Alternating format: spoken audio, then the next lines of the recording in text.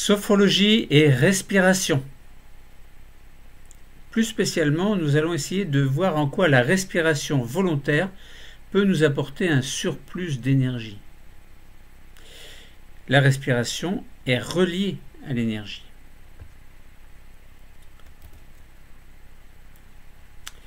Qu'est-ce que la respiration volontaire et comment bien vivre la respiration? De manière générale, lorsque vous vivez dans la vie de tous les jours, vous inspirez et vous expirez la plupart du temps sans même vous en rendre compte. Vous pouvez vous en rendre compte que vous inspirez plus et expirez plus lorsque vous forcez. Par exemple, lorsque je force mon inspiration et lorsque je souffle, je force mon expiration. Donc là, je bascule de quelque chose qui est involontaire, commandé par le système nerveux, à quelque chose qui est, alors commandé par le système nerveux de manière, entre guillemets, réflexe, et on passe à une respiration volontaire commandée par le système nerveux, mais de l'ordre de la volonté. J'ai la volonté d'inspirer et d'expirer plus fort. Bon, lorsque nous faisons du sport, nous inspirons plus vite et plus fort et nous expirons plus vite et plus fort, de même que le cœur bat plus vite et plus fort pour faire circuler plus vite et mieux le sang, en fait. Donc on va essayer de comprendre en quoi la respiration est très importante pour la production d'énergie au niveau cellulaire et notamment, par exemple, au niveau des muscles, mais il n'y a pas que les muscles qui ont besoin d'oxygène. Toutes les cellules de l'organisme, qu'elles soient nerveuses, qu'elles soient musculaires ou autres, toutes ces cellules ont besoin d'énergie. Or, c'est la respiration qui contribue à produire de l'énergie. Comment? C'est ce que nous allons essayer de voir, de découvrir ou de revoir ensemble. Alors que la respiration est un acte involontaire, la respiration volontaire, c'est lorsque nous forçons plus ou moins sur l'inspiration et sur l'expiration. La respiration volontaire est au cœur du processus sophrologique, mais également dans la vie de tous les jours. Respirer volontairement, c'est inspirer plus et expirer plus. Alors on peut moduler, on peut faire aussi le contraire. Inspirez moins et expirez moins. Mais pourquoi respirer? C'est quoi l'intérêt de la respiration? L'inspiration permet d'apporter le dioxygène, O2, dans l'ensemble du corps, c'est-à-dire dans l'ensemble des cellules de l'organisme. Et l'expiration permet de rejeter le dioxyde de carbone, CO2. Pourquoi O2, le dioxygène, et pourquoi le CO2, dioxyde de carbone? La plus petite unité vivante de notre corps est la cellule. Nous disons que la cellule est une unité. Plus petite unité vivante. Plus petite unité structurale au niveau de la structure et plus petite unité fonctionnelle. Donc cette plus petite unité qu'est la cellule, elle a une structure et elle a également une fonction. Alors les fonctions en général sont spécialisées. Par exemple, une cellule musculaire n'aura pas la même fonction qu'une cellule hépatique, par exemple, ou qu'une cellule rénale ou qu'une cellule de la peau. Bien que chacune ait besoin de la même énergie, de la même production d'énergie, alors pour ceux qui connaissent sous forme d'ATP, adénosine triphosphate, donc ces cellules ont besoin de cette énergie, non seulement pour fonctionner, mais pour également pour fonctionner correctement, pour que la structure soit correcte, la fonction soit correcte, mais également pour assurer leur fonction spéciale. Donc je vous disais que, donc on se pose la question pourquoi le dioxygène et pourquoi le CO2, et je vous disais que la plus petite unité vivante de l'organisme, c'est la cellule, plus petite unité structurale et fonctionnelle. Pour que nous puissions vivre nos cellules doivent être vivantes. Or, pour vivre, elles ont besoin d'énergie. Chaque cellule fabrique son énergie. Comment? Alors, les choses sont complexes, évidemment. Là, nous simplifions. C'est grâce à une réaction chimique que l'on appelle la respiration cellulaire. La respiration pulmonaire, elle, fait passer le dioxygène de l'air dans le sang. Le sang circule. Il y a du dioxygène qui s'accroche aux globules rouges. Et ensuite, arrivé aux cellules, toutes les cellules de l'organisme, le dioxygène est libéré des globules rouges et va passer dans la cellule. Donc, en quelque sorte, on dit que la cellule respire. C'est la respiration cellulaire qui va permettre la production d'énergie. Donc, au cours de cette réaction de respiration cellulaire, dans chacune de nos cellules, le glucose qui provient de l'alimentation est dégradé par le dioxygène O2, ce qui permet en même temps de produire de l'énergie dont la cellule a besoin pour assurer d'autres réactions chimiques. C'est ce qu'on appelle le métabolisme. Le métabolisme d'une cellule, c'est l'ensemble des réactions chimiques propres à cette cellule. Cette réaction chimique de la respiration cellulaire correspondant à l'action du dioxygène sur le glucose va libérer un déchet que l'on appelle le CO2. Or, le CO2 est toxique s'il s'accumule dans le corps. Il faut donc l'éliminer. Donc, l'organisme élimine le CO2 par l'expiration. Donc, nous comprenons alors l'intérêt de la respiration. Inspiration pour apporter le dioxygène O2 et expiration pour éliminer le dioxyde de carbone CO2. Ce processus de respiration thoracique, abdominale, donc la respiration en général, par les poumons, se fait de manière automatique sans que nous ayons à y penser, de manière involontaire. C'est un mécanisme automatique réalisé par notre système respiratoire en lien avec le système nerveux. Cependant, nous pouvons forcer le système respiratoire. La respiration est alors un acte volontaire au cours de laquelle nous pouvons inspirer fortement et expirer fortement. Ces deux mouvements respiratoires exagérés permettent d'une part de faire pénétrer plus de dioxygène dans le corps et d'autre part d'expulser plus de CO2 du corps. On n'en veut pas du CO2, il est toxique. Bénéfice net, nous avons plus de dioxygène, donc plus d'énergie. Ainsi, la respiration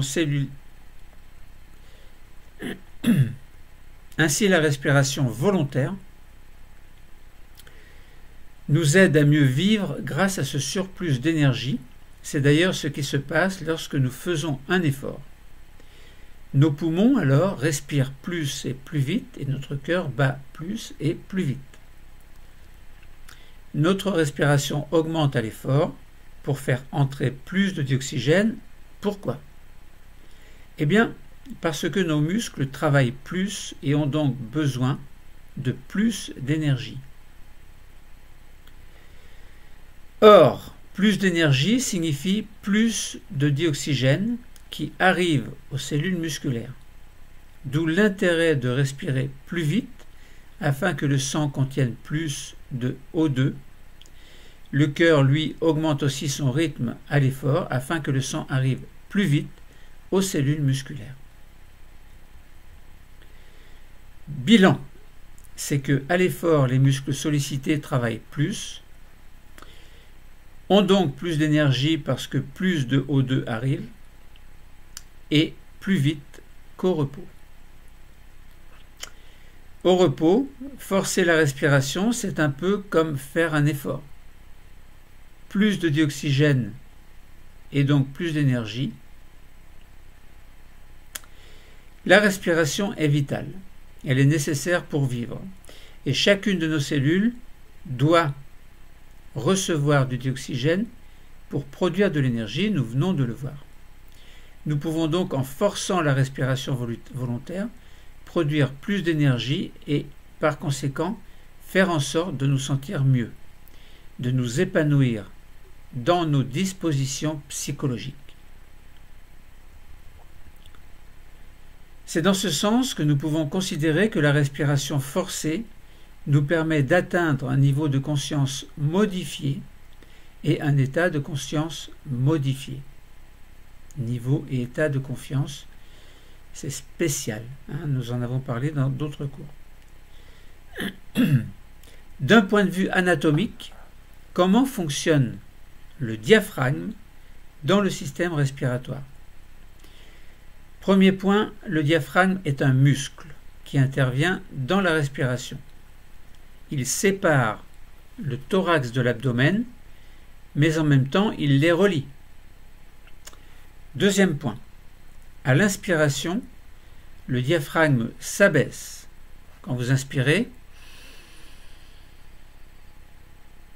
le diaphragme s'abaisse. C'est un muscle. Ce qui crée un appel d'air dans les poumons, et son abaissement comprime les organes de l'abdomen. Troisième point, à l'expiration, lorsque vous expirez, vous dégonflez le ventre, on va en parler après, mais le diaphragme remonte, donc se relâche. Donc à l'expiration, le diaphragme remonte, ce qui permet d'expulser l'air, et en même temps, cela crée une détente des organes abdominaux.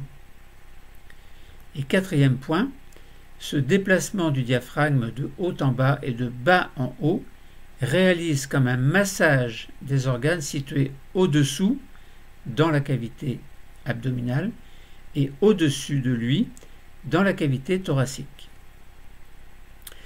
Grâce à la respiration volontaire, consciente, nous pouvons abaisser et relever le diaphragme. Donc, nous agissons sur la respiration que nous pouvons dès lors contrôler, dans une certaine mesure. D'une manière indirecte, ce contrôle permet de revitaliser le corps en forçant le diaphragme à s'abaisser et donc à faire entrer plus d'air dans les poumons. Or, plus d'air signifie plus de dioxygène.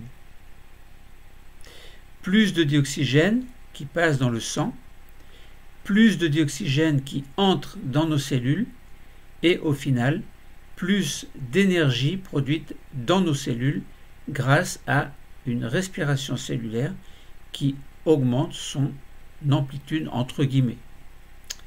Le corps est ainsi revitalisé pour un meilleur bien-être. Lors des premières séances de sophrologie, il paraît judicieux de bien respirer, voire d'apprendre ou de réapprendre à respirer. Comment pouvons-nous faire pour mieux respirer? Respirer, c'est inspirer et expirer. Pour mieux respirer, il faut d'abord vérifier que nous savons bien respirer,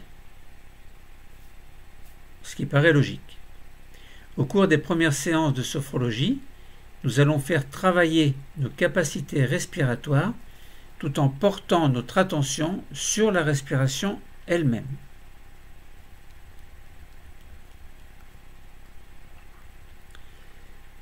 Premier point, le nez.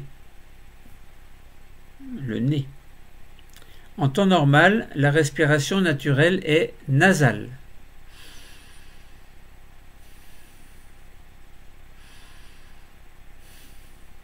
L'air entre et sort par le nez, donc l'air entre et sort, pas la bouche, le nez, par le nez. Même si quelquefois la bouche prend le relais lorsque nous faisons un effort important. Deuxième point, lors de certaines séances de sophrologie, certains exercices utilisent la respiration nasale. Ça veut dire on ferme la bouche et on n'utilise que le nez pour respirer. Ainsi, il peut être judicieux de commencer une séance par 3 grandes respirations conscientes, donc respiration volontaire consciente, c'est-à-dire 3 grandes expirations, chacune suivie d'une grande inspiration. Il faudra bien sentir l'air qui entrera par le nez, puis bien sentir l'air qui sortira par le nez. Voici quelques conseils pour pratiquer correctement ces grandes respirations conscientes. À noter d'abord que la respiration thoracique permet elle aussi de faire entrer et sortir de l'air. Comment? Eh bien, la décontraction des muscles intercostaux chasse de l'air, tandis que leur contraction fait entrer de l'air. En fait, globalement, à l'expiration, on dégonfle le ventre et le thorax, tandis qu'à l'inspiration, on gonfle le ventre et le thorax. Voyons cela plus en détail. Nous commençons un cycle respiratoire par une expiration profonde. Ensuite suivra une inspiration. Donc, si vous voulez, je vous invite à faire l'exercice, même si ce n'est pas une séance de sophrologie proprement dite. C'est quand même bien que vous puissiez commencer à savoir faire les choses concernant la respiration et donc l'inspiration et l'expiration. Première phase, nous allons commencer par l'expiration. Commencez l'exercice respiratoire par une grande inspiration. Pour cela, laissez aller la respiration abdominale, c'est-à-dire rentrer le ventre tout en soufflant pour chasser l'air des poumons. Alors tout à l'heure j'ai fait ça, c'est pas ça, c'est le contraire, il faut expirer. Donc je recommence parce que j'ai fait une petite erreur bête. Première phase, on parle de l'expiration. Commencez l'exercice respiratoire par une grande expiration, donc vous pouvez le faire par le nez, on avait dit nasal. Alors c'est pas toujours facile par le nez, donc faites par la bouche si vous voulez. Bon. Pour cela, laissez aller la respiration abdominale, c'est-à-dire rentrer le ventre tout en soufflant pour chasser l'air des poumons. En fait, nous rentrons le ventre en contractant les muscles abdominaux, ce qui permet la remontée du diaphragme qui se relâche alors, c'est-à-dire qu'il se décontracte tout en remontant. Le fait de bien souffler à fond permet l'expulsion d'un maximum de CO2, ce gaz toxique pour l'organisme. D'ailleurs, cette expiration abdominale profonde prépare une grande entrée d'air. En même temps que le ventre se dégonfle, relâchez les muscles intercostaux afin que le thorax se rapetisse pour chasser encore plus d'air. Une image pour mieux comprendre cette respiration abdominale. Dès le début de la respiration abdominale, nous rentrons le ventre comme si le nombril cherchait à traverser la cavité abdominale pour aller toucher la colonne vertébrale qui est située en arrière. L'air est ainsi expulsé totalement et doucement par le nez.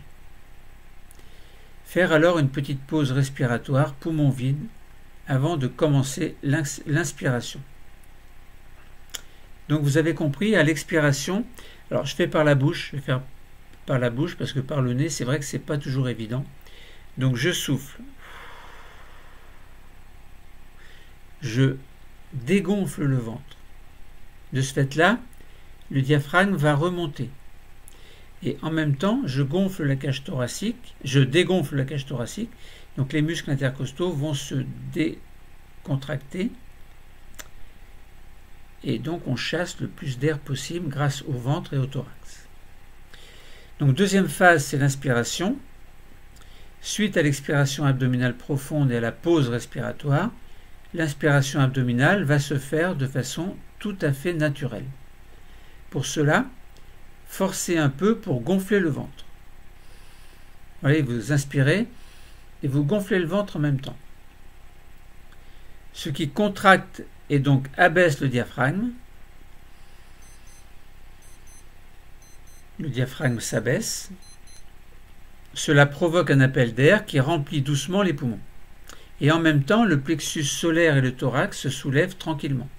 Donc vous inspirez, vous gonflez le ventre et vous gonflez le thorax parce que les muscles intercostaux se contractent et donc font que la cage thoracique augmente de volume, ce qui crée un appel d'air au niveau des poumons. Donc je répète qu'en même temps, le plexus solaire et le thorax se soulèvent tranquillement, ce qui fait entrer encore plus d'air. C'est la respiration thoracique. Au cours de celle-ci, les muscles intercostaux se contractent et augmentent de volume, et augmentent le volume plutôt de la cage thoracique, ce qui a pour conséquence de créer aussi, comme dans la respiration abdominale, un appel d'air. Les poumons étant gonflés au maximum, grâce à la respiration abdominale et grâce à la respiration thoracique, nous pouvons marquer une légère pause poumon plein avant de poursuivre l'exercice par une nouvelle expiration profonde. Résumons ces deux phases du cycle respiratoire, inspiration-expiration. Si vous voulez, faites l'exercice. Expiration. Chassez l'air en dégonflant le ventre.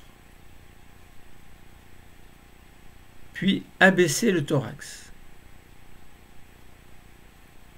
Faire une pause, poumon vide. Inspiration. Maintenant, faites entrer l'air en gonflant le ventre. Puis, gonflez le thorax. Faites une pause, poumon plein, pour reprendre l'expiration, pour faire deux autres cycles si vous le souhaitez.